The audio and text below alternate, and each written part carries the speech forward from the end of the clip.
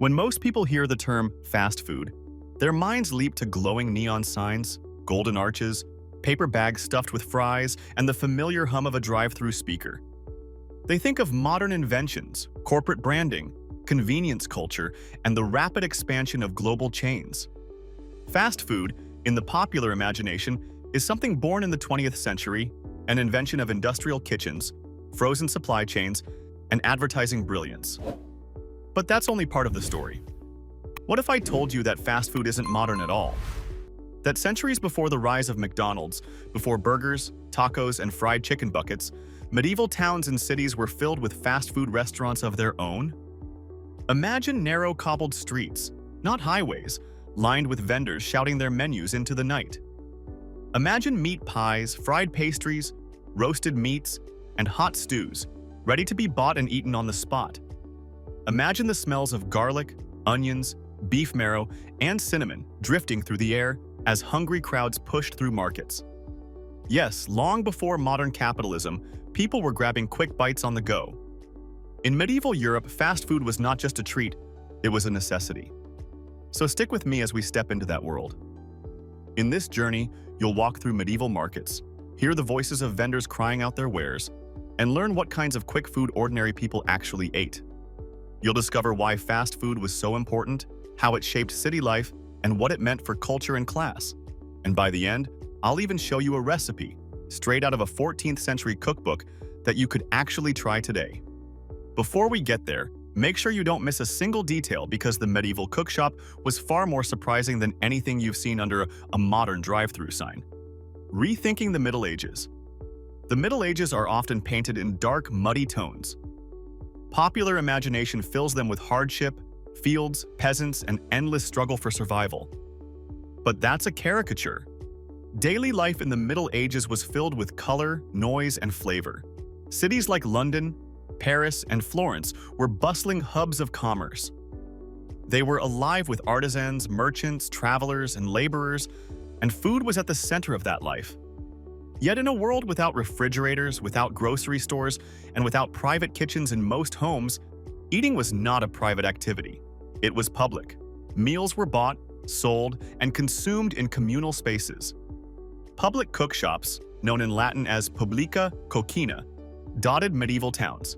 These were the beating heart of urban eating, the closest thing to a fast food chain you could find. And for most people, eating out wasn't optional. Archaeological evidence and tax records tell us that in some medieval towns, fewer than 5% of households owned their own kitchens. Pots, pans, and ovens were luxuries. If you were poor, you likely didn't have the means to cook at all. Even middle-class artisans often found it easier to buy hot food from a cookshop than to waste scarce fuel on cooking themselves. So while today we think of fast food as indulgence, in medieval times it was the backbone of urban life. The marketplace, sounds and smells of medieval fast food. One of the most vivid glimpses into this world comes from a 13th century French text called The Cries of Paris, written by Guillaume de Villeneuve.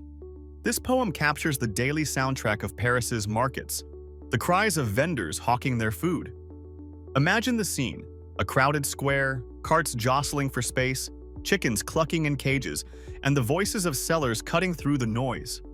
One cries out about hot pies stuffed with pork. Another praises the freshness of his garlic sauce.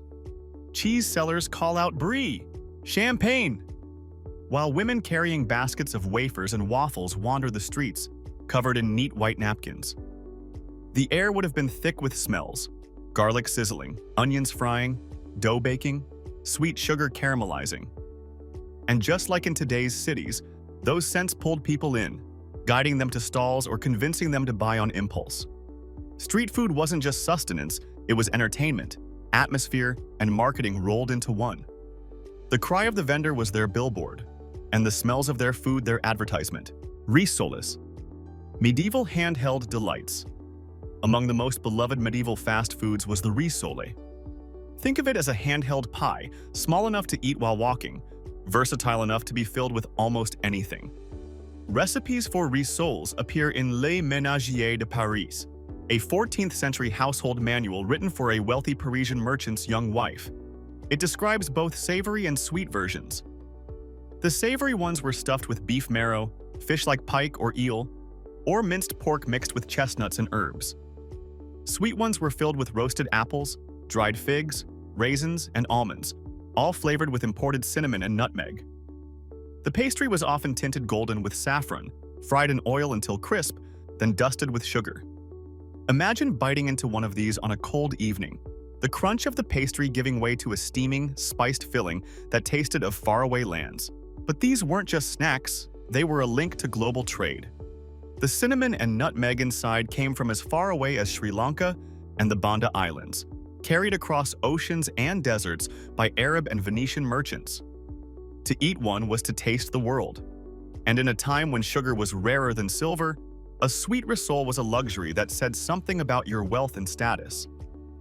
They also reflected creativity in adapting foreign flavors to local tastes. A French noble might savor a rissole laced with saffron, while a peasant could enjoy a humbler version filled with onions or beans. In every case, rissoles captured the essence of medieval cosmopolitanism. Food that was at once practical, indulgent, and profoundly global. Cookshops, the beating heart of urban food. While street vendors sold snacks like rissoles, larger meals came from cookshops. These were small businesses, often run by families, set up in markets or on busy streets. Some were little more than stalls with ovens, while others were permanent shops with rows of pies cooling on counters. The historian Caroline Barron notes that these cookshops were so common in English towns that they often gave their names to entire streets. Cook's Row, or Cock Row, might consist of nothing but one shop after another, each serving meat pies, stews, and roasted meats. The foods they sold ranged from cheap bowls of pottage, a thick stew of grains, beans, and vegetables, to elaborate meat pies filled with venison, capon, or even swan for customers with deeper pockets. Some cookshops specialized in fish, especially on Fridays when church rules forbade meat. Others catered to travelers near city gates or markets, offering quick meals to merchants on the move. For many urban workers, dockhands, builders, apprentices, these cookshops were their daily restaurants. Instead of going home to cook, they ate at counters, sometimes standing, sometimes perched on stools. It wasn't glamorous, but it was fast, filling, and hot. Cookshops also became social hubs. People gathered there to hear news, gossip, or discuss business deals while eating. In many ways, they played a role similar to today's cafes or diners, not just feeding the city, but helping knit it together socially and economically. Not just for the poor. It's tempting to think of fast food as something only poor people relied on. But medieval cookshops served every class. Wealthy households, despite their kitchens, often turned to cookshops when entertaining guests. William Fitzstephen, a 12th century cleric in London, described one such cookshop near the Thames. It sold roasted meats, poultry, and game, ready to be bought and eaten immediately. He notes that even the wealthy sometimes ordered from these shops when guests arrived unexpectedly because, after all, nobody wants to keep their visitors waiting hours for dinner. In other words, medieval takeout wasn't just about necessity, it was about convenience. And convenience, then, as now, appealed to everyone. In fact, wealthy families sometimes bought entire pies or roasted joints from cookshops and served them at home as if they had been prepared in their own kitchens. This practice blurred the line between home cooking and commercial food. It also shows that the idea of outsourcing cooking, whether to save time or impress guests, has deep historical roots. Convenience was as much a luxury for the elite as it was a lifeline for laborers. The dark side: rotten pies and cheating cooks. But medieval fast food wasn't always safe. Records from London courts in the 14th century reveal a troubling pattern. Cooks cheating their customers. Some were caught selling rotten meat disguised as fresh. Others reheated old pies, stretched fillings with cheaper ingredients, or sold dog and cat meat as rabbit or venison. One infamous case involved Henry de Passelieu, a London cook accused of selling rotten capon pies. Other cooks were called in to examine the pies, and they declared them putrid. The punishment? Henry was sentenced to the pillory, forced to stand in public shame while his bad pies were displayed for all to see. This wasn't just about food safety. Food consumed the majority of a worker's wages. A single meat pie could cost 3 days' earnings, To be cheated was not just disgusting, it was theft. The threat of dishonest cooks was so common that city officials regularly inspected cook shops, sometimes ordering rotten food to be burned in public as a warning. But even with oversight, the temptation for profit often outweighed honesty. For hungry customers, fast food carried a risk. Convenience came with the chance of being cheated or poisoned. It was the darker reality of a system that otherwise kept medieval cities fed. Why fast food mattered. So why does this all matter? Because medieval fast food reveals something profound about society.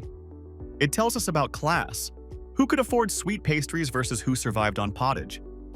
It tells us about trade, how global spices and sugar made their way into everyday snacks. And it tells us about urban life, how people navigated crowded cities where cooking at home was often impossible. Fast food wasn't just food. It was culture, survival, and identity. It was the taste of the world in the hands of ordinary people.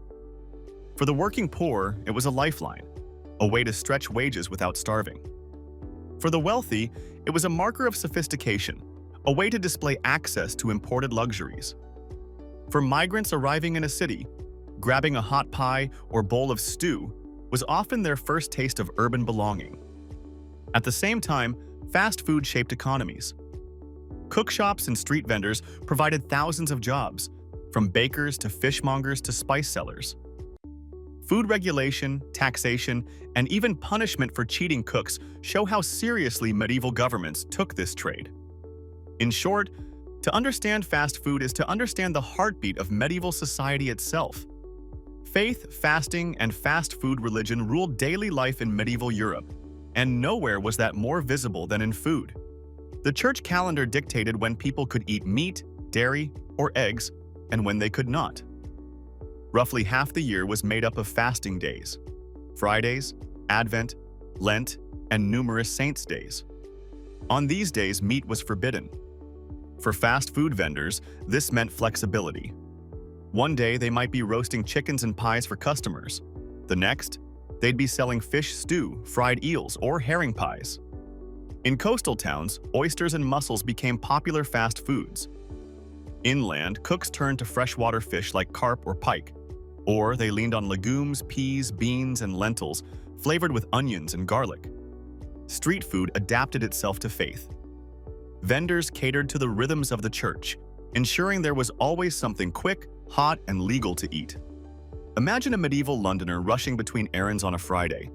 He'd duck into a cook shop, grab a bowl of fish pottage, maybe a fried herring wrapped in bread, and be back at work in minutes. In that sense, the medieval world already had meatless Fridays centuries before modern fast food chains caught on. What's striking is how religion didn't suppress fast food, it fueled it. Fasting rules created entire markets for alternative meals. Bakers invented ingenious recipes to replace animal fats with oils, cooks experimented with almond milk instead of dairy, and fishmongers thrived. Faith shaped menus, but it also drove culinary creativity that kept fast food diverse, resilient, and profitable. The festival effect. When fast food exploded. If fasting shaped scarcity, feasts shaped abundance. Town festivals, saints' days, and markets brought explosions of fast food to city streets. During large festivals, vendors sold roasted meats on spits, sweet almond pastries, and candied fruits dipped in honey or sugar. In Venice, records describe fritters sold on festival days, balls of fried dough sprinkled with sugar, remarkably similar to modern donuts. In Paris, hot wafers became especially popular during Easter. These were thin, crisp pastries flavored with cinnamon or honey, sold hot and wrapped in cloth napkins. Festivals turned entire streets into food courts. Travelers, merchants, peasants, and nobles mingled, each grabbing snacks that suited their pocketbooks. The wealthy might buy sugared almonds imported from the Mediterranean, the poor, hot peas or beans served from wooden bowls. Either way, festival food was shared food, breaking down barriers of class, if only for a few hours. The sheer scale was dazzling.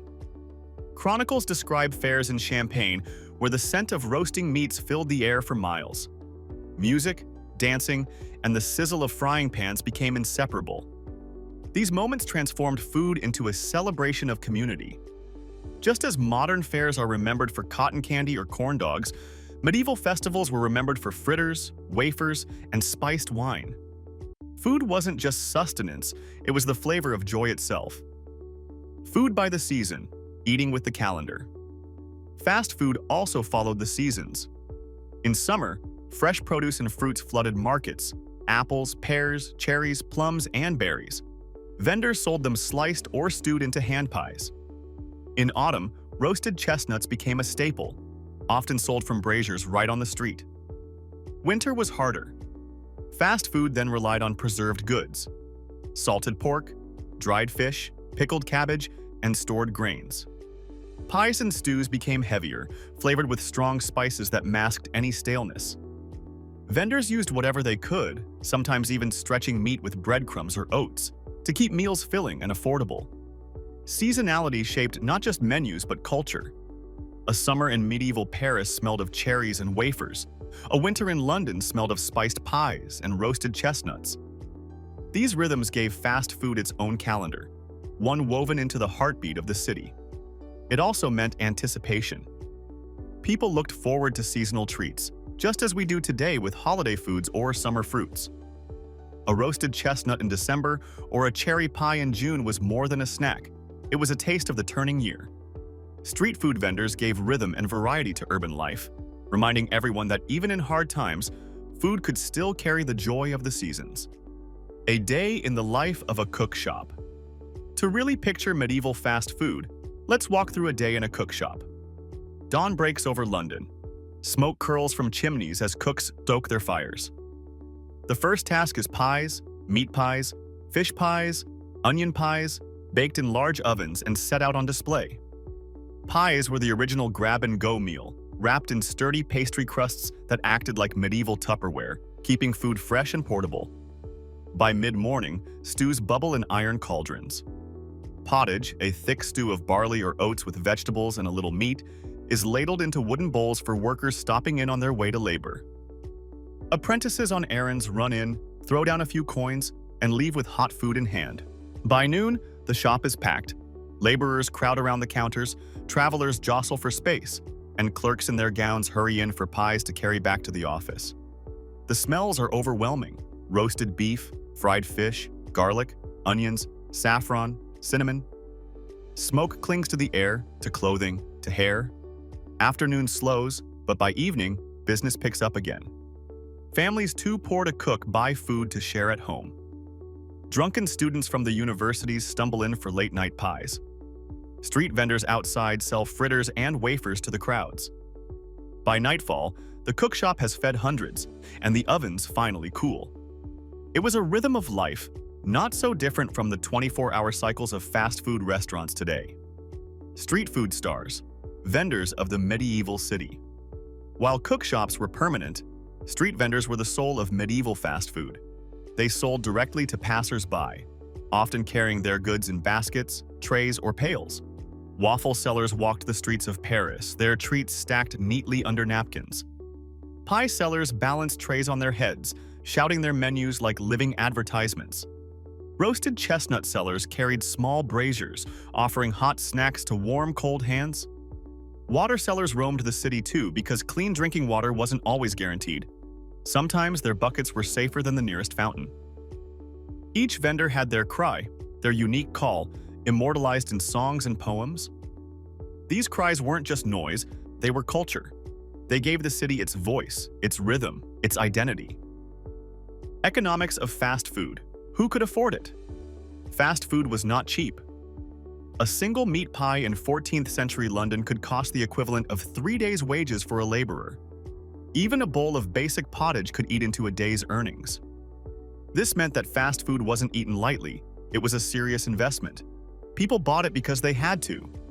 Because they lacked kitchens, because they were travelers, or because they were too busy to cook. Wealthier customers, of course, had more options.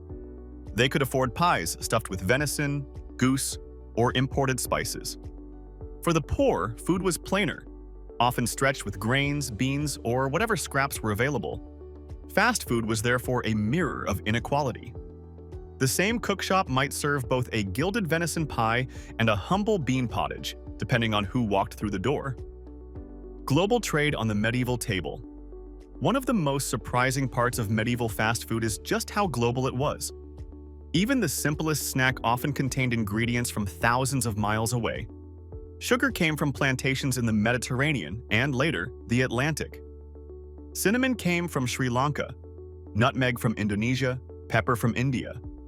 Almonds traveled from Spain, raisins from Greece, figs from Turkey. Every bite of a sweet risole or spiced pie was a bite of global trade. Cook shops were not just feeding cities, they were feeding imaginations. Eating a saffron-colored pie was eating a piece of the East, a taste of faraway lands. Fast food made globalization edible centuries before the modern world gave it a name. The dangers of medieval fast food.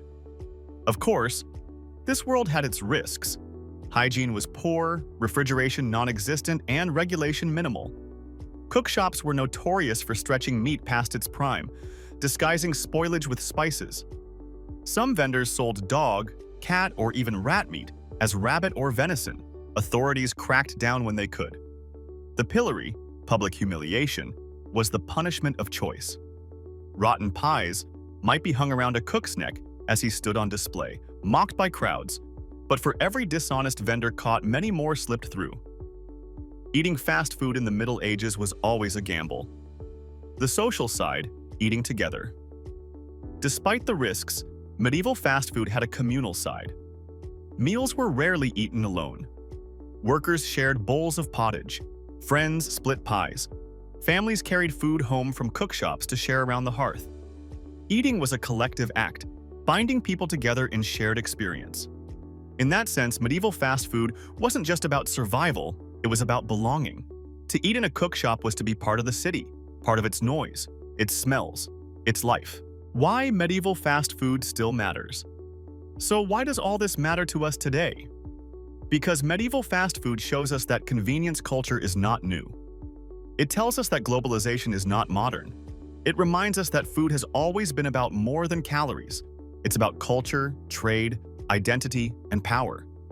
When you bite into a hamburger today, you're doing what people in Paris did 800 years ago when they bit into a saffron-colored risole.